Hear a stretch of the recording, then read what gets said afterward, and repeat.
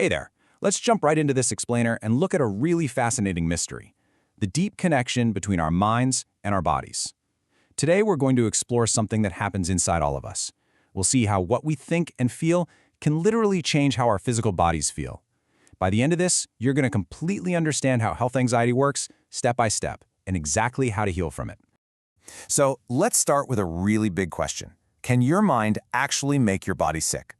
Well, imagine your brain is kind of like the main computer that runs your entire body. When that computer gets overloaded with worry, it can accidentally send out the wrong signals. And these wrong signals, they can create actual, real physical pain, even if you don't have a broken bone or a germ inside you. Your body isn't broken, but the alarm system inside you is just ringing super loudly. Here's our roadmap for today. We're going to cover real pain with unknown causes, simple words for complex illnesses, fear from the internet, and finally, steps to feel better. All right, let's move into Section 1, Real Pain, Unknown Causes. Now, there's a massive misunderstanding we really need to clear up right away. On one side, you have people pretending to be sick. But on the other side, we have something called somatic symptom disorder. The absolute most important point here is that this pain is not fake. The distress is 100% real. In the past, people mistakenly thought these patients were just making it up. But today, doctors know for sure this suffering is genuine, even if they can't see the problem on an X-ray. So, your brain can make your body feel real pain, even without a physical injury. To understand this, think of your nervous system like a giant web of electrical wires carrying messages all over your body. When you carry too much emotional sadness or everyday stress, those wires can kind of misfire. They send out real pain messages to your back, your stomach, or your head. It causes real physical pain, entirely caused by stress. Moving right along to Section 2, Simple Words for Complex Illnesses. Doctors use a lot of big words, so let's translate them into simple English. First up is somator form. This simply means the mind-body connection. It happens when psychological stress, like worrying way too much about money or family, actually transforms into physical discomfort. The word soma just means body. So somator form is when your emotional feelings take the form of a body problem. It's basically your body physically crying out because your mind is too tired to cope. Next is conversion disorder. Think about the word convert. It just means to change. This happens when a deep emotional conflict literally converts or changes into a major physical problem. Someone might suddenly lose feeling in an arm, or their vision might get blurry, but there is zero physical damage to the arm or the eyes. The emotional shock was simply so huge that the brain shut down a part of the body just to protect itself. And then we have hypochondriasis, which is also called illness anxiety disorder. This means panicking over a very, very tiny symptom. For example, imagine you have a small, normal cough. A person with illness anxiety disorder will think, "Oh no, this cough means I have a deadly disease." They have a huge fear that their body is failing them, and no matter how many times a doctor says they're healthy, they still feel terrified.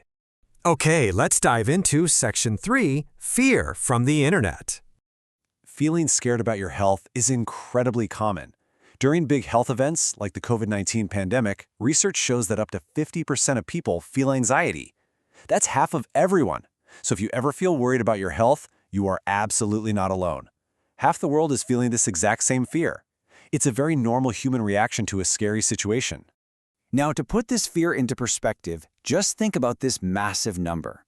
70,000 health searches happen every single minute on Google. Because going to the doctor can be expensive or hard to do, and because people are scared, they just pull out their phones and ask the internet to diagnose their pain. That's almost searches to fill a whole stadium with worried people every single minute. And this brings us to a very modern problem called cyberchondria.